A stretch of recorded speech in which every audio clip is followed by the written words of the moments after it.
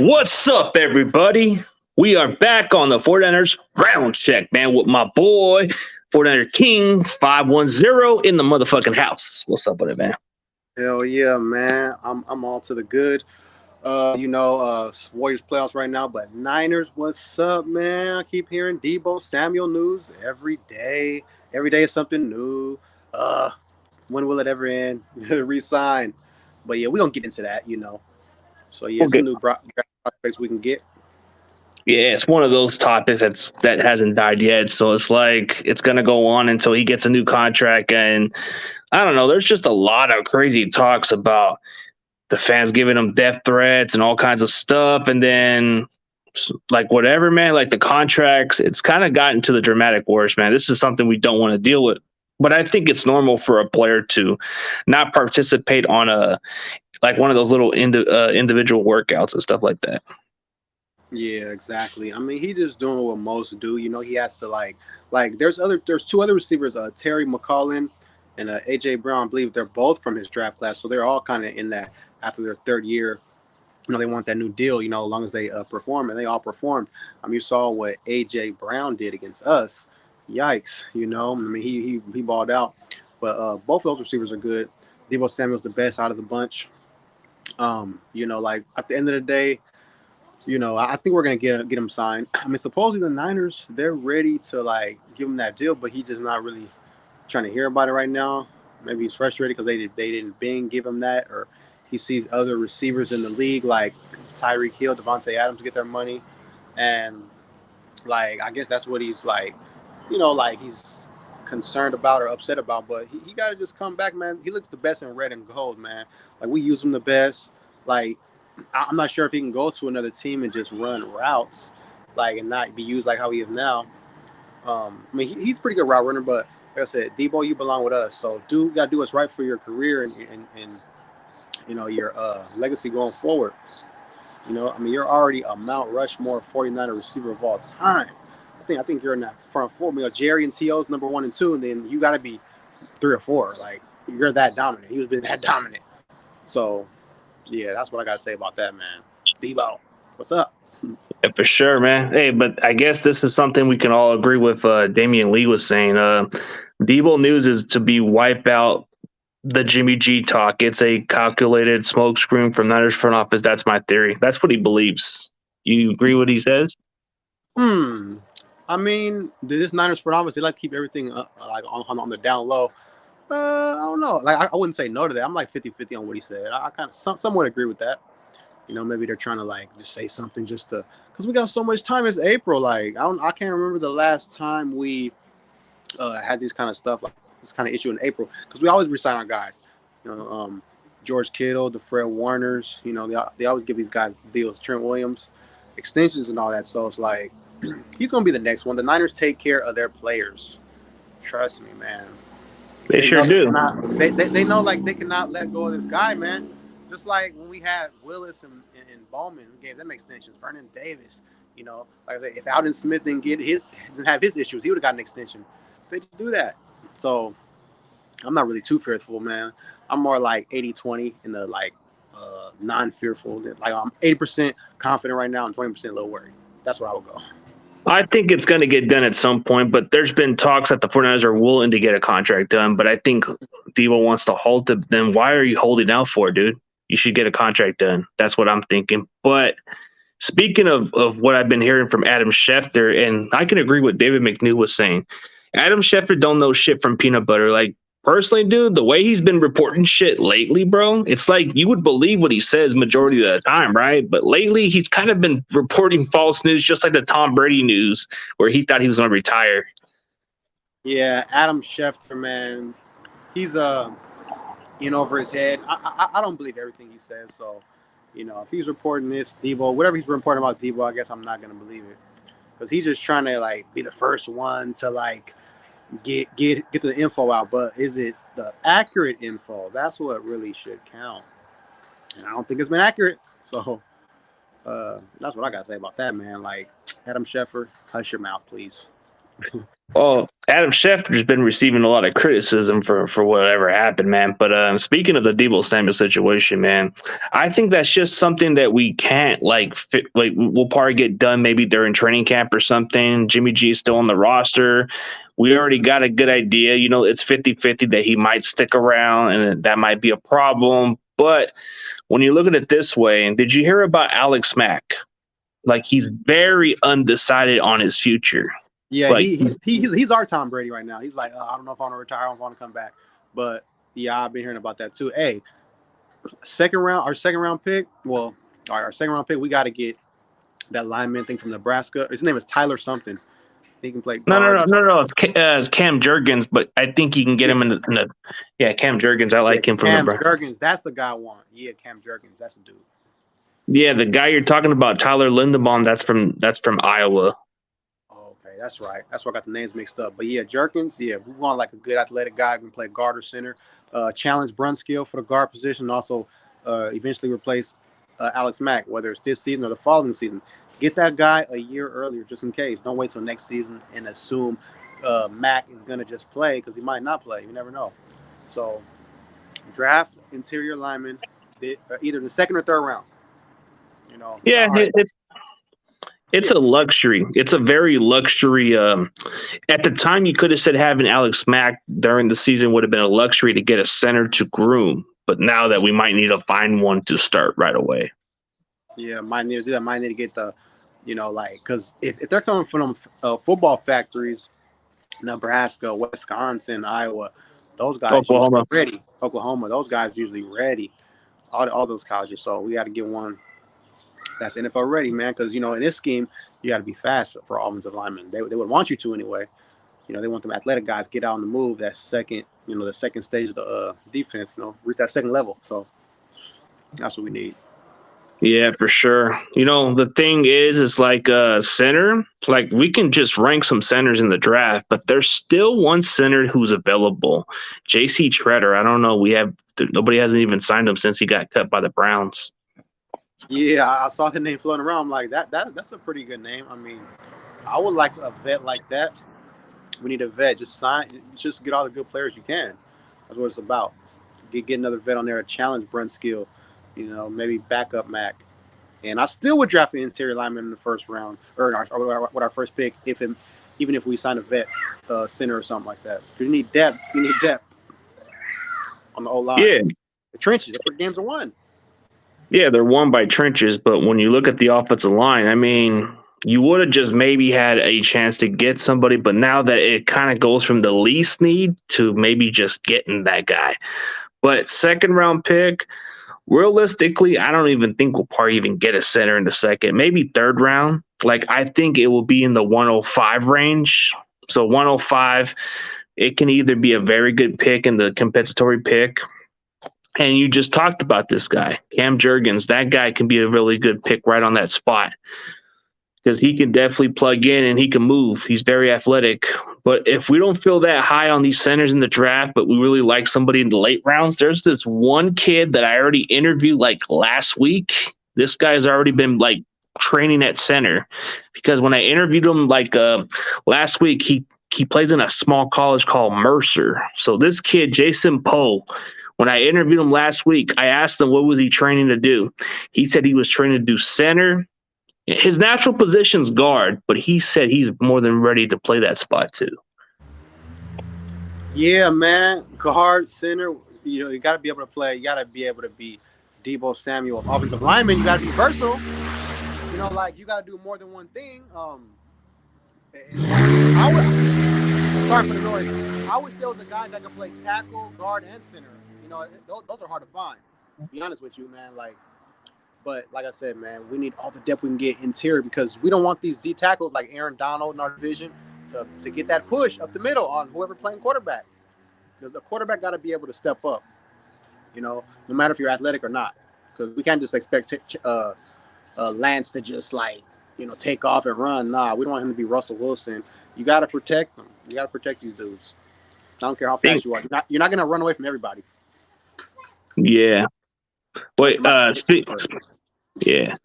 I guess Moses will be there in a little bit too. So we'll be okay. We'll hold on for the spot for them until they come later. But like speaking of the positions, like I feel like we've kind of addressed a lot of the depth pieces.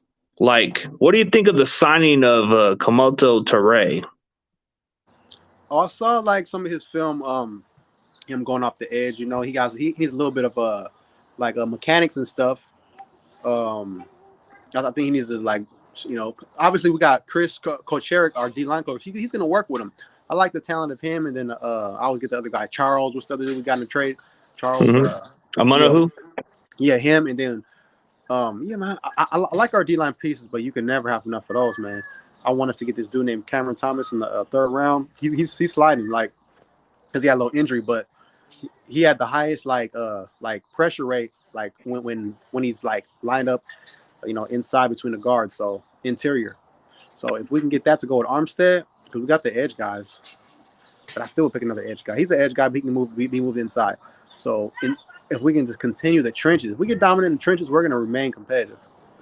Well, when you're talking about edge rushers, like some may say, oh, we filled those gaps. That's not the case. Like, look at the contracts of what we signed with these players. A majority of them are short, or they got 1-year contracts. So there's no sure thing for the long haul. We're going to need some guys for the long haul.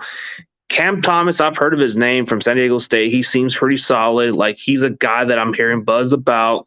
But I heard that he can play, he can slide in there too. So that's what I like about him. But then you look at another guy that I really like, and some people may give me some flack for this, but I don't care what anybody thinks, man. I think Nick Bonito does feel that he gives you he neutralizes mobile quarterbacks.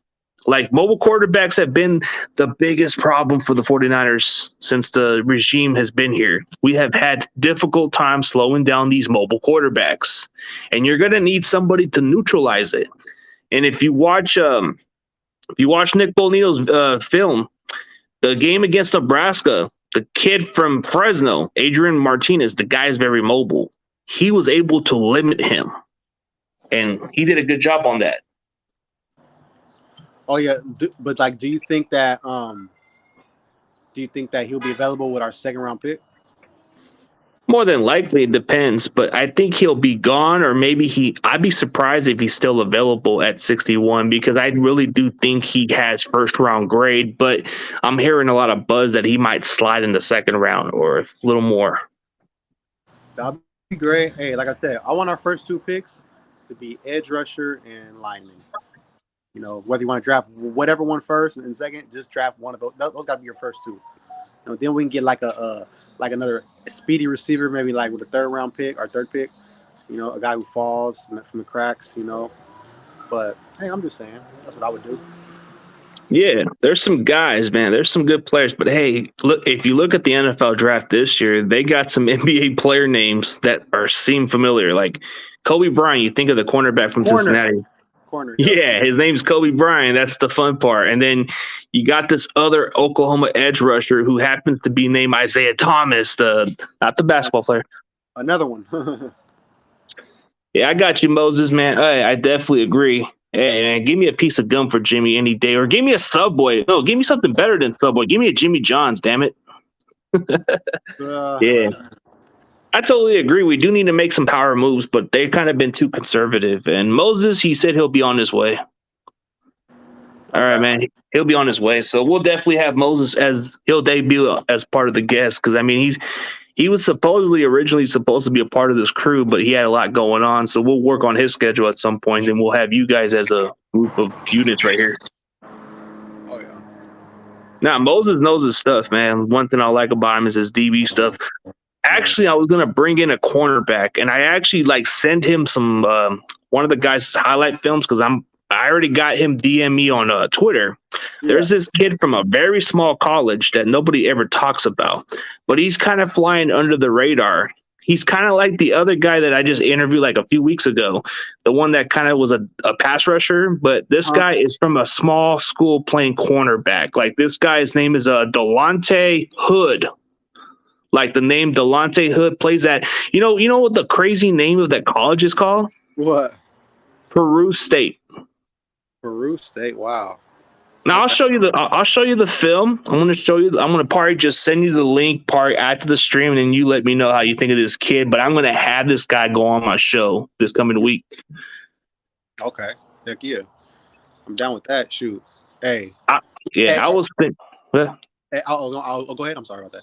No, but I was like looking at some more of his film, and I do like his ball hawk skills. But some people may just question his competition. But I think he has the knack for it. I mean, yeah, I go with that. I says, man, I don't pay attention to who they're guarding. Do they look up? Because how many times have we had our corners not look up? They just, oh, like I'm over watching the game.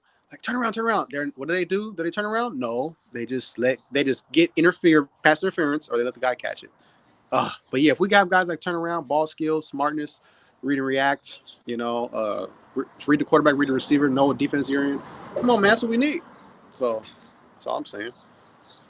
Yeah, that's the plan. Like, when you speak of it this way, like, okay, like our cornerback depth, it's gonna get better because we're gonna add some pieces. But I think in the draft, more than likely, we're probably gonna still get some cornerback depth because Dante Johnson will be a free agent next year. You got other guys that are pretty much under contract for maybe one more year, and that's it. I mean, Emmanuel Mosley's got one more in his contract.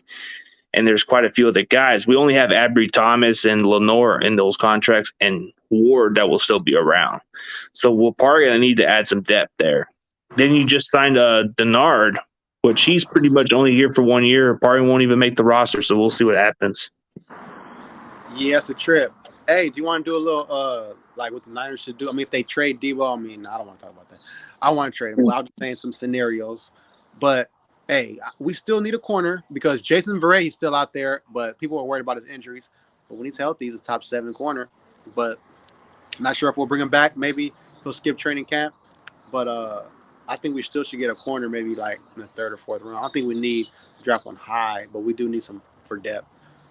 Find another Ambry Thomas with 3rd round pick because we got a couple of them. But that's all I'm saying. Draft like a developmental guy because – I mean, Ward is obviously going to be a starter. Moley's going to be a starter. Ambry right there who developed. So that's 3, really good, good to really good corners right there. So I'm just saying if we do, but like you said, we need another one for depth to groom just in case one of them leaves after the season. So, right? I'm just saying. Yeah, I'm doing more of my research on some of these guys, and there's quite a few who stand out. Like, I know we're probably not going to get the big flashy names and all that stuff, but yeah, we'll say what's up to this Broncos fan, Dylan the Goat, whatever his name is. I mean, I know who he is, but I'm just messing with him. He's kind of funny. But speaking of the cornerback, what we were talking about, there's this one kid from Nebraska. I didn't know too much about him, for months at least. Yeah. But I started watching his film, and I like the kid, bro. He's a dog, bro. He talks, he yaks, bro. He's physical, bro. He gets under your skin. Like, he'll talk some smack, bro. You're thinking of somebody like a Richard Sherman, but quicker, physical. Ooh. Dude, a dog. I think he's about 6 foot tall or 5'11", bro. But that he gets in good position. Like, you'll like him. I think his name is Cameron Britt Taylor or something. Oh, okay. So Nebraska cornerback, he's pretty raw. And then there's this other kid that I really like, but I'm surprised nobody even talks about this kid. Like, outside of those cornerbacks, there's this kid from Alabama I really like, Josh Jube. The guy's physical. He's very good. I like the kid from Alabama, that Josh Jube guy. And then there's that other guy from Penn State.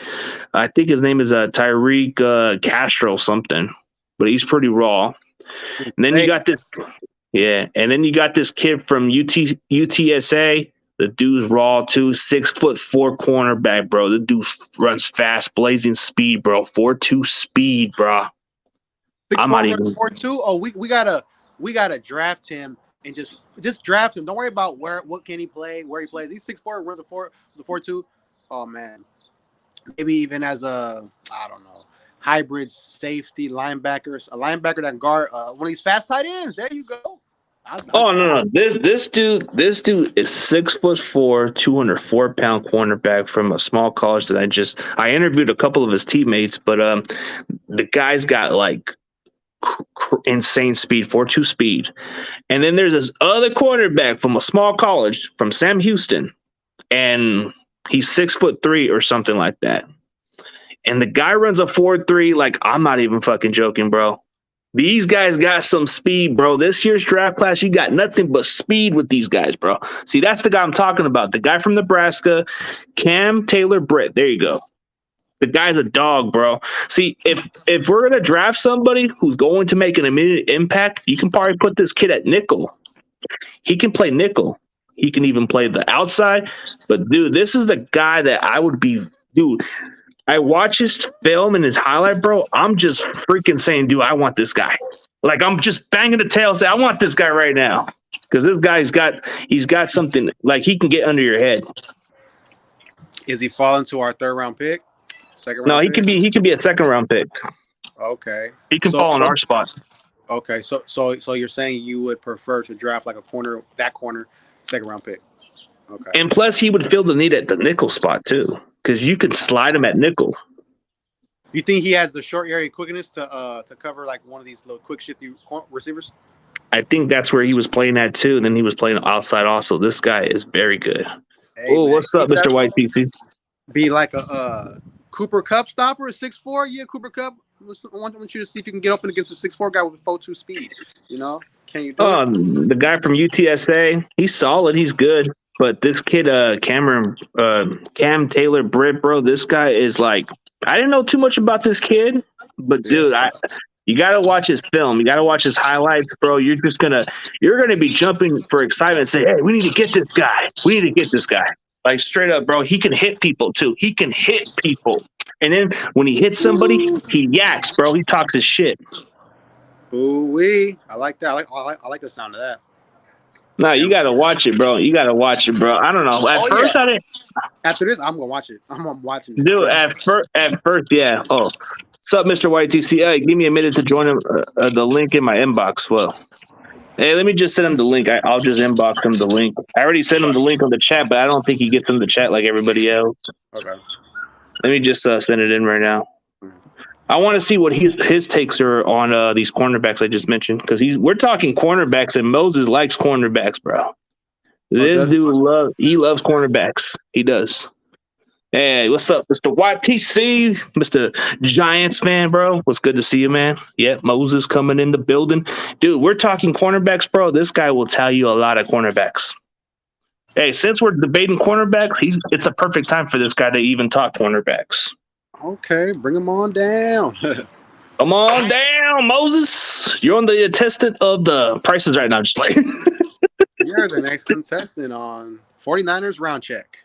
Round Check, yeah. Get yourself a check. Yeah, but there's a lot of good. I mean, this year's draft class, you got a lot of speed at cornerback, bro. A lot of speed. Like, there's not a lot of these slow ones, bro. Like, you usually get these average cornerbacks that run like 4.5s or 4.4s at best. But then you're getting a lot of these athlete speeds, dude. Like the kid from Baylor, bro, he runs a 4.2 speed. Wow, okay. Just like that receiver, dude, bro. I'm not even kidding.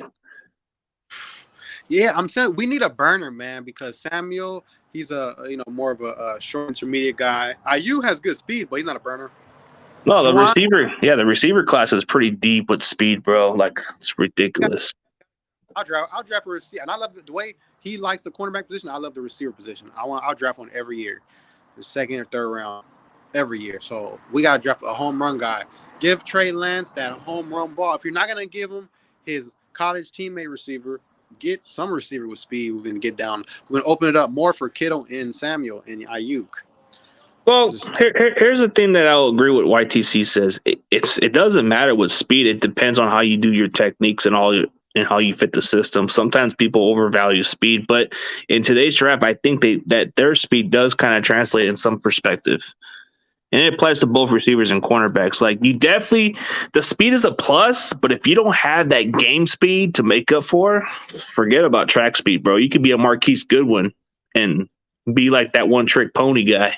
Oh, yeah. You got to be able to catch the ball, create separation, go for the ball, run good routes, the whole nine. Yeah, the kid I like from the receiver class, besides Christian Watson, I know everybody's talking about him, but I don't even know if he'll be available. But if he is available for whatever reason, I mean, wouldn't it be kind of shocking if we end up getting this kid, or maybe we just pass on him? That would be kind of a slap in the face, but it'll probably be for other reasons because we pass on certain players in the past. So I don't think it matters who we draft because even if the guy's available, it depends on the front office. Oh, guess who's coming? We got the coach, the DB, the disciple, the Mr. Cornerback coach, man. Hey, what's going on, fellas? How's it going? Sorry I'm late. It's all good, man. We got to start on a high note, man. We can go up for 25 more minutes. All right, what I miss? Oh no, we were talking like mix of draft prospects. We were talking Deebo Samuel. We were talking like the Alex Mack, but we were leaning towards more on cornerback since that's something of your alley. Like, Well, I haven't studied the Rolando. I think was Rolando. You said that's his name. The one you said. Delonte. Sorry. Yeah, I haven't got a chance to study him. Like I was in a rush. 'Cause I was trying to hurry up and take a shower and eat, so I haven't got a chance to study him. But I have studied one DB that really no one's talking about. I don't know his full name, but he played for USC. Griffith or Griffin. It's one of them two. Oh, okay, Griffin. Yeah, I like, man, this is a DB coach's dream. I would love to coach him up. I mean, he is always hip to hip, and that's good because that's something the 49ers dearly miss because the 49er DBs were always in a trail position, which irritated the hell out of me. Once you're on the hip to hip, he makes it a 50-50 ball, which to Facts Over Feelings was saying, to locate the ball, it gives the DB opportunity to turn around when the receiver turns around to look for the ball, to locate the ball. So that's one thing I love about the DB from USC. Oh, okay. So I'm hearing his name pop up as late round guys, but there's another guy that you might like more. Like there's a couple of prospects that you might like. This guy right here I was talking about earlier. I don't know if you've ever heard of this guy, but he's up here. This guy right here. This guy I like. Oh yeah, that's the one I was talking about. I love his style. I love his ball hawking skills. I love not just him, but Piltry and Marcus Jones. I love the fact that they don't just come up and tackle; they deliver punishment, and that's what me as when I coach my sons in a DB. That's one of the things I taught my sons: is it's not just tackle. Make sure if you have an opportunity, deliver a punishment to them to give them a hello shot, and that's one thing I love about Britt as well. Yeah, there's quite a few good ones I like besides him. There's that Kobe Bryant guy, the guy from Cincinnati. I think he might be a possibility, but there's like these Cincinnati DBs are going to be highly drafted this year because Oh they yeah, got it. definitely. They don't just have height, but they have speed, and that's what's impressive. I've never seen speed like that since probably close to Deion Sanders. I mean, I'm not saying they are Deion Sanders, but they're right up there. Speed wise, yeah. You got quite a few guys. You got this kid from UTSA, Tyreek Woolen. This guy's 6'4", 205 pounds, runs a 4.2 speed. He's got the long links. Oh yeah, definitely. We definitely need someone to match up with Metcalf because physicality wise, the DBs that we had last year couldn't match up except for maybe Mosley. Mosley did. But other than that, there was really no one that can match up physical wise with Metcalf, and we need a DB like that. The one that I think that everybody was tripping out on what I was saying, Marcus Jones. Yes, I would put Marcus Jones on DK Metcalf. Here's why. One, his technique. Even though Marcus Jones is 5'8", and on a side note, I played defensive back. I was 175, 5'8", going up against tall receivers. One thing I was coached was what I always talk about, CG, technique, technique, technique. One of the things that Marcus Jones can do is lock onto them hip. So let's get a scenario going. If he goes up against Metcalf, I put on Metcalf. One thing I will trust, one, the technique. Number two, he won't get beat off the line of scrimmage. He will be hip to hip, make it a 50-50 ball. So when Metcalf turns around, look for the ball, that gives a signal to Marcus Jones that to look with him and locate the ball as well. Well, Marcus Jones can play the slot. That's what I like about him because when you put him out there, he's in good position. You can even put him at outside too. That's what I like about him, and he can return kicks. There's quite a few DBs I like since that's your little alley topic, man. There's just a lot of good ones I like this year. This year's class, they got some pretty solid deep ones, like really good ones. Like it's like you can get one until maybe the 4th or 5th round, and you still get yourself somebody to step in. Oh yes, definitely. And also too, one thing, if I was drafting, one thing I would look for is not just if you can cover. I want to know if you can use your technique wisely. Also, too, if it's a running play or a screen pass, can you come up and beat not only beat the screen, but just punish the receiver or slash running back and let them know that you're there. And that's one thing I love about these DBs. Yeah, there's a lot. Oh, but speaking of what Crazy Juice was saying, man, like since we're going on other topics of this one, there's this guy that I'm hearing about, this guy from Nebraska, Samori Tori or something. It's a French name. He's about 6'3". I think he's 190 something pounds, but he's a 6'3", runs a 4.4 speed. The only thing I like about his film is he could run solid routes, but it needs to be more consistent. He can catch when it's necessary. A lot of people have been questioning his route running a little bit. Oh yeah, and in Kyle Shanahan's offense, route running is very important. I mean, look what happened with Ayuk. I mean, it's the jury's up in the air on that one, but I believe that was one of the problems that Ayuk had. Yeah, route running does be. Ayuk got better. Like I think he's gonna be, what Deebo Samuel was this past season. Entering his 3rd year, man. Like he was in that doghouse, and now he's like, he's an emerging player, man. He got like Calvin Johnson, wingspan. He got Chad Ochocinco, like foot quickness. He's on that level. Like TJ Houshmandzadeh compared his former teammate Ochocinco to Brandon Ayuk, so that says a lot. Yeah, that says a lot. Well, I mean, his skill, he's got potential. He has yet to scratch the surface. I mean, like it's hard to get off of Shanahan's doghouse, if I had to be honest. Hey, what's good? What's good, young hitter, bro? Good to see you. But yeah, it's rare. It's pretty rare. Oh, what's up, Rafael? What's up, man? And one of the things, going back to what you were talking about earlier about Adrian Martinez from Nebraska, he is from Fresno. My son played against him, CG, when Bullard played against Clovis West. One of the things that my son told me is he was so hard to bring down. Yeah, he's mobile too. So yeah, you need like. And speed wise, my son could keep up with him. The problem was it was just hard to tackle him because he was so shifty. Yeah, see, he's a mobile quarterback, but when you watch some of our defense, the Niners defense, we got a good group, but it's just the mobile quarterbacks have been our Achilles heels. But it may sound biased for me to say let's get Nick Bonito for the hell of it. No. Watch his film how he got to Adrian Martinez. Martinez is a mobile quarterback, and usually those guys are hard to get. And you just talked about how hard that dude was hard to tackle. He's fast. But if you can get somebody like Kyler Murray, if you can slow him down with somebody like a Nick Bonito who can keep up with that guy, that's what we want. We want that. And it may sound biased because I'm an Oklahoma fan, but look at the guy's film. Nick Bonito, bro, he's fast. He's quick. He can neutralize the big plays. And also, too, on a side note, CG, and my friend right there, my son did pick him off twice. Adrian Martinez did pick him off. My son did pick him off twice. So as a dad, I can talk trash about that. I don't know, man. There's a lot of talks with everybody else talking about Deebo, bro. We'll have to wait and see what happens, man. I hope this doesn't get carried away like the way that Terrell Owens thing. I really hope it don't get to that point. Man, Terrell Owens was a diva, just like how Deebo is. Hey, look, everybody said like Deebo's such a saint. Before all this, Deebo's such a saint. He's not like Terrell Owens. He's not like a diva. All these dudes got somewhat diva in them. Even the ones that aren't a diva, they're still diva. If that makes any sense. Oh yeah, definitely. And he's kind of showing it.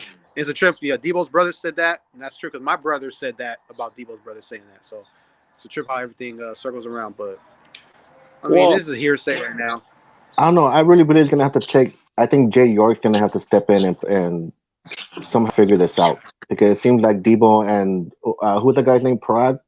I don't know Yeah, if I said his Parag name right. Barak, the guy with the contract negotiations, he's the one that Yeah, works on contracts. I don't know much about this guy. I just know that he works contracts and he's a cheapskate at times. That's what my problem is with him.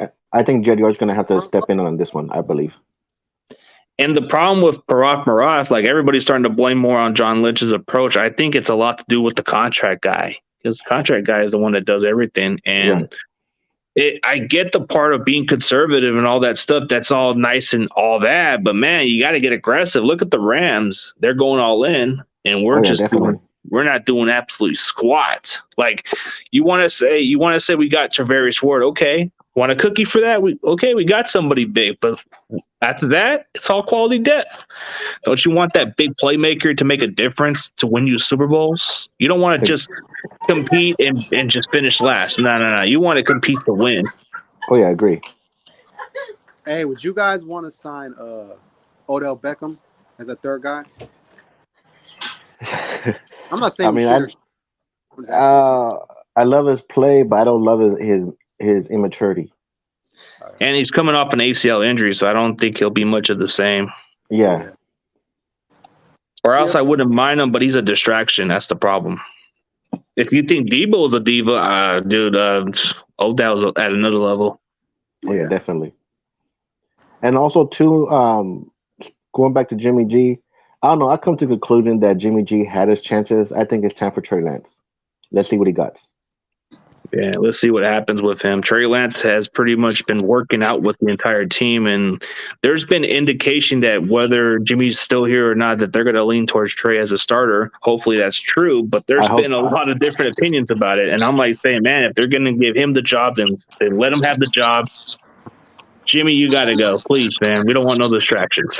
Oh, yeah, definitely. Oh, yeah. I mean, we gotta find a way. I mean, there's a chance Carolina. I heard Carolina wants, like if they take like an offensive tackle and with number 6 pick, then they'll trade for Jimmy G. So I'm hoping they get an offensive tackle. I'm just saying they need a blocker. So, and then if we got to pay a little bit of a salary to do it, you got to do that. I mean, that's what the Rams did when they traded Jared Goff. Got to. You got to do that sometimes, even if you don't want to. Yeah. And also, oh yeah, definitely. And you're probably why wearing this Ronnie Lott shirt. I've been a 49er fan since '84, but I became a Ronnie Lott fan. I think it was '89 or '90. On one particular play, I became a fan when he put that hit on Mark Bavaro. You got to look that up. Oh, I heard that dude's tough to tackle too. My 6th favorite 49er ever. Yeah, Ronnie Lott. I've been a huge fan ever since he put that hit on Mark Bavaro. You should look it up and see what I'm talking about when he put that hit on Mark Bavaro. Mark Bavaro was like another George Kittle back then, but very tough to tackle too. But Ronnie Lott laid the boom on him. Like, what's up, Bird Game 31? Is Debo leaving? That's the question that we all want to know, man. But I think it's all proportions. I think we're going to get a deal done. I think he's going to get a contract. I think it's just Jimmy G is still on the roster, and Parag Marath is such a cheapskate. They need to get rid of that bum already. I like that he does conservative contracts, bro, but this is not business. This is not Moneyball. Moneyball. We don't need to go cheap on this shit, bro. Look at the Rams. Look how they approach. They don't give a damn about money. They're going to go all in. They can go broke for the entire century, and they would still have a Super Bowl to brag about. And look who else is going all in. The damn Raiders are going all in. Look who they got. And the Broncos, too. Then you got the Dolphins, bro. Dolphins are going all in like crazy, bro. They're getting, Tyreek Hill? Tyreek Hill, Raheem Mostert? Speed roster, bro. Like, Mike McDaniels ain't fucking playing around. Yeah. We'll see if the Dolphins, I think the Dolphins will be probably third division, but yeah, they're going all out. Shit, we ain't gonna have Debo go to Philly. But hey, Cooper Kupp's a dog in his own right because he ain't taking no big contract. But tell Debo to come to Philly. Like, I don't think he want to come to Philly. But hey, it's a possibility. Hey, they do need a really good receiver to complement with because Smith is more like a route runner. They do need another good receiver there, but nah. I think we're gonna get a deal done with him. because I think it has to come with contract language and what he wants. And the problem is Marov is such an idiot sometimes. Like he doesn't even go by what's fair. And to be honest, CG, that's one of the things I hope as far as the 49ers get as far as the DB, that someone that can keep up with Cooper Kupp. And I really believe so far, based on what I see, Marcus Jones so far is what pops up right now that could probably keep up with Cooper Kupp. Then there's that kid, Cam Britt Taylor, or I think that's how you say his name, from Nebraska. That guy's the kind of kid. Not if you're talking about speed wise, yeah, and neutralizing the route, yeah. But as far as shiftiness and quick off the route, I would go with Marcus Jones. Marcus Jones seems like a really good guy that would stick in and do his job, kind of like how Williams was supposed to do. But Williams is shifty just like how Marcus Jones is. Like Marcus Jones' film is pretty good. You can put him at the outside too. He can cover, but mostly he's a good nickel. So you can put him at a matchup. And that should be able to neutralize. And one thing I like about these DBs too, the one I studied so far, is what irritated me last year about the DBs. Instead of running and attacking the flanker screen or the tunnel screen, the DBs will run into it, and that irked me a lot. And one thing about these DBs, they not only can just beat the screens, they attack the screens, and that's one thing I loved. I loved about these DBs this year. Yeah. Hey, speaking of one DB you don't like, man, remember that one guy I told you about who's a big fan of Dante Johnson? Oh, I can't wait to debate him. He's a good dude, but he just supports his guy, I guess. Yeah, he's a cool guy. I could tell, but I gotta break it down why. I mean, I believe Dante Johnson's a good guy, no question about it. It's just Dante Johnson's technique is what I'm not crazy about, and I'll be able to tell him why I don't like his technique. Even I can see that. He's just utility guy, but he doesn't do nothing special. That's what I don't get about him. I'll give a little hint to him. Look at the line of scrimmage, how Dante Johnson gets beat out the line of scrimmage. That's how far I'll go. Yeah, his line of scrimmage, dude. Like I don't know, he gets a little beat off a lot. Yeah, come on, Jed, grow some balls and get aggressive with your staff to open up their minds. Like I just feel like this team does not have an idea what they're doing. Like you get that maybe offseason isn't quite all everything, but it does kind of make your team better. Like you want to talk about being competitive, you want to talk about getting to the Super Bowl, you have to get very aggressive. The Rams, you may hate what they do. Time and time again, it proves that you can get as much talent as you want to get to the top. Definitely. And look at the Philadelphia Eagles. Look at the Denver Broncos. They kind of give you the formula like, hey, just go all in for the talent. Win the damn Super Bowl. Hey, who cares if you suck for the next 5 years or something like that? At least you got something to brag about. Yeah, see, I respect what the Chargers have done. You know, they're not paying Justin Herbert yet. So what they do, they got J.C. Action Jackson. They got Khalil Mack Attack, you know, to pair with Joey Bosa, Nick's brother, and with that Asante Samuel Jr., the corner we should have drafted. But that's a story for another day. But all they're going. They'll probably be second in that division, and they're damn great second place team. For my prediction, like they're that great, man. I think they're gonna probably be. They might even go to the Super Bowl. That's my dark horse. I don't know about them going to the Super Bowl. Like they seem like the talented team, but they don't seem like the kind of team that completes. Like. Yeah. They don't really seem like the kind of team that kind of like, you know, you might say they're very good, but when it comes to the big time games, the Chargers don't even seem to show up when it matters. Sort of like the Cowboys. Mm-hmm. Like you can say maybe they get to the conference championship at best, but I haven't seen dude, Justin Herbert, don't get me wrong, he's a very good quarterback. The Chargers, you can talk about Keenan Allen and Mike Williams. They're pretty damn good receivers together. You can make an argument that their secondary is pretty good.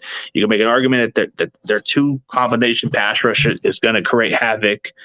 But is it convincing for me to say, are they going to be the team to go further? I don't know about that part. It's like I'm not convinced by that. I mean, I think the Chargers have the defense to do it. I just think they need maybe a piece or two here and there to get over that hump. Mm-hmm. And let's not get too overhyped with all these other teams. I mean, you can say what you want about the Raiders. I think they're going aggressively, but does that translate them to go further? I don't know about that part because they haven't won a playoff game. They haven't won a playoff game in years, and they got to get over that hump. Their problem is the secondary. That's their problem. Secondary, their offense is very talented. So it's like they got whatever it takes, but it's just their secondary, a lot of that. But then you look at the Broncos. All they did was a quarterback. I'm more convinced with Denver more than I am with the Raiders because I feel like with Denver Broncos, they got a defense. Their receiving corps, they're talented. They're very talented. It's been the quarterback position that's been holding them back for quite some time. Oh yeah, definitely. I agree with that. Hey, but I respect Denver what they did, man. They got Peyton Manning years ago to win a Super Bowl. We really should have faced them in that 2012 Super Bowl, but that safety misplayed it, and we would have beat them, And Peyton Manning should have came to us, but he didn't want to face his little sister Eli Manning in the NFC. You mean Manning, like Eli pick six Manning? I was just playing. Yeah, Eli pick six. I led the NFL in receptions 4 times, Manning. That one. Yeah, but you got to give him his credit. He did win Super Bowls against Brady. I know, man. One of them he shouldn't have it if Kyle Williams didn't fumble. Damn, yeah. Kyle Williams. We got to bring up that guy. I mean, I don't got no ill will towards him. I don't really hate the guy like most of us do. It is what it is. I actually get more mad at Ted Ginn for not being able to play that game. Oh, good point. That's a good point. Yeah, I remember that now. Ted Ginn juice is the one that's to blame because he didn't go out there. Alex Smith for not being completed on his passes. Like he only had maybe a couple of decent passes, and the rest of it was all shut down. Our running game was our factor. I think he only completed one pass to a receiver that game, if I'm not mistaken. Oh. Dude, like, how is that any better? Like, I hate to make an argument about this Alex Smith debate, man. Like, a lot of you guys keep saying that he's better. Dude, he's an average quarterback at best. But, man, he couldn't even get us nothing. He couldn't give us nothing against the Giants. Like, come on, man. I'm not hating on Alex Smith. I'm speaking facts. He threw a nice pass to Vernon Davis, but the receivers, man. I heard Crabtree open a lot, too, that. But look at it this way. Kyle Williams, you can't just blame it on him. Our offense wasn't doing squat to begin with. Like our running game, if it wasn't for Frank Gore, would we get further? No. That's realistic. Like you got to put it as a team individual. Alex Smith wasn't playing his best game. He had like maybe a couple of completions. The running game was a factor, but our defense did their part. You want to put the blame on 2 muff punts, and so be it. But let's be realistic. Alex Smith played his worst game also. So yeah, Alex Smith got taken to deep waters in that game, and he panicked. Mm-hmm. So that's a fair argument of why I would blame it on him because he is the quarterback. But you want to put it as a team individual. He didn't play his best game. Kyle Williams, take away the muff punt, I think we would still win. But I think it would have made a difference if he didn't muff the second time, but who knows? Yeah, all those damn playoff losses. Damn it. But yeah, and then the Broncos, they snagged Russell Wilson, so they were able to get Peyton Manning and Russell Wilson, 2 Hall of Fame quarterbacks. That's that John Elway power, who I got ranked 3rd all time among greatest quarterbacks ever. So he got that quarterback power. Evidently, people want to play for him. Aaron Rodgers wants to play for the Broncos, but they couldn't get that deal. So, hey man, John Elway in that building. I'm just saying.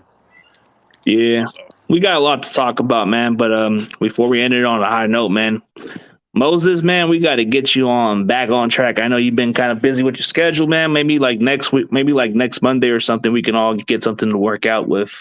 Yeah, I get off work at 5, but I had to work a little overtime today, so it kind of threw everything out. But for sure, we got to do something before the draft, and I'll have everything ready as far as like the person you sent me. I'll study him and see what his pros and cons are. Yeah, because I know you got more understanding than me, and I'm already gonna have this guy on my show too, so I'm getting them. I would love to get in his mind. As far as playing DB, chop it up and see what it was like. What is he thinking? Going against a bigger, stronger receiver. Did he get nervous at first? So forth and so on. That would be nice. Depends on the schedule too, because some of them like to do it early, like Yeah, around that's true. 11. But if I can get him coming at nighttime, then maybe we can get it in. But I don't know how long he can stay in there. But like he said, Yeah. he's mostly doing training. So maybe if we can get a schedule perfectly, man, I'll probably want to put you on so you can get some good questions. Oh yeah, definitely. But we'll wait on that. Let's see how it plays out. And if he prefers early, then my bad, bro. It's just Yeah, sometimes no, these it's fine. process. Yeah, Yeah, that's fine. a lot of them are pretty early. Like a lot of my guesses that I had on my draft interviews, they're very early. Some of them, like some of them could be nighttime because of their schedule because it's different time. But other than that, that's pretty much how I've been working my content. I've been getting a lot of guesses out there, so it's like, And facts over feelings. The reason why I'm so passionate about the defensive back position is I played 4 years high school and 2 years junior college before I had my neck injury. And then my sons, they play the same position I did, so I was able to coach them up. And now they're playing. Both are playing college football, so I was you, able to coach them up. So that's why I'm you so said passionate about the position. you said one plays at UCLA, right? Yeah, it'll be last year. Wait, what's his name on UCLA? Nicholas. Okay, so I'll have to look him up then. Yeah, definitely. Yeah, because I think you said like you coached him up on his techniques and all that stuff. So I'm pretty Uh, sure with your knowledge. oh yeah, definitely. Not only like I said, I was one thing. I'll give you a starting point where I started. I started with both of their footwork because I believe footwork more is very important, especially when you're going man to man at the line of scrimmage. Your footwork is going to determine everything. Yeah, it does because your footwork kind of keeps track. Like you can keep track with receivers, your position of where you're looking at the ball. Footwork does come a long ways. You got to really like that's one thing about certain positions is your footwork. If you don't have great footwork, you're getting beat. Oh yeah, definitely. And like I'll go back to Dante Johnson. His footwork when he goes man to man, he's flat footed, and he gets beat so easily like that. When you're supposed to be on the way we're coached, the way I was coached, be on your toes and be ready. You know what I'm saying? Let him do his dance around, let him do his nay nay, let him dance around the line of scrimmage because eventually he's gonna have to come to you. Yeah. So, what would you say to Dante Johnson at like if you saw him on the sidelines and he had one of those bad plays? Would you yell at him in the sidelines and say shit to him? Oh, I wouldn't talk shit to him or anything like that. I'll coach him up, but I'll coach him up hard. Tell him what the hell do you think? What's going through your mind? Do you remember the footwork I taught him? So forth and so on. Okay, so you wouldn't be all yelling in his face. You would try to correct him properly. Okay. Coach him hard. Coach him hard, but tough love. Yeah, I like that, Yeah. man. That's what we all want to do is tough love them. But hey, but all perspective, man. We're probably gonna end this right now. But I'm gonna give you guys the solo, and then we can work something next Monday. Oh yeah, definitely. I'll be ready for sure next Monday. All right. So Tony, I'm gonna give you the solo, and then I'm gonna give it to Moses the solo. Then you guys can give your introduction, and we'll end it. All right, you guys, how's everybody doing? Man, I can't wait for the draft. I just can't wait until we continue to improve our team. You know, we might end up with more draft picks depending on if we trade Garoppolo. You know, hope they don't trade Debo, but if they do, probably 3 first-round picks.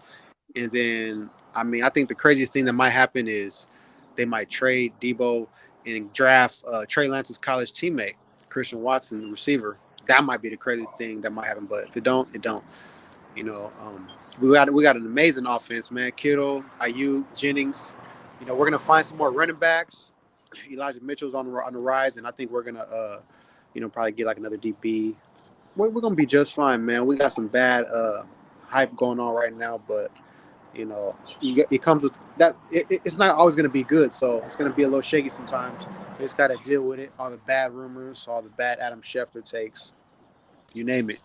You know, it just comes with territory. So, but yeah, like and subscribe my channels, Facts Over Feelings podcast, and then my personal channel, 49er King 510 on YouTube. So yeah, you guys, much love to you guys, and I'm out. All right, Moses, it's your turn. Hey, what's up, faithful? This is your OG 49er 559 out of Fresno, California. I'm really excited about this defensive back class. Studying all these DBs, I'm excited to see how they do in the NFL so far. But based off what I see, it's their pit bull bulldog style. Like I said, I love how they come up and make a tackle, deliver punishment with bad intentions. I love how they cover. I love their speed. So I'm very excited about this DB class. So I hope you all have a good day, and thank you, CG, for having me on. No problem, man. As always, CG Ruthless Sports and Antonio and OG is out, and you already know. Go Niners. Yay!